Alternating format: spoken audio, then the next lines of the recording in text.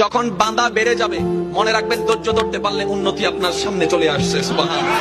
যতই বদনামের শিকার হবেন, যতই আপনার দুর্নামের শিকার হবেন, যতই আপনার গীবতের শিকার হবেন, যতই হিংসার শিকার হবেন, শ্রদ্ধার সাথে সবাইকে বলে যাচ্ছি, শুধু একটু যদি সবরটা করে রাখতে পারেন, মনে রাখবেন জয় আপনার জন্য, উন্নতি আপনার জন্য, প্রশংসা আপনার জন্য। কারণ ওয়াত ইজ্জু মান তাশা ওয়াত জিল্লু মান তাশা, ইজ্জত বান্দা থেকে আসে না, রবের দরবার থেকে আসে।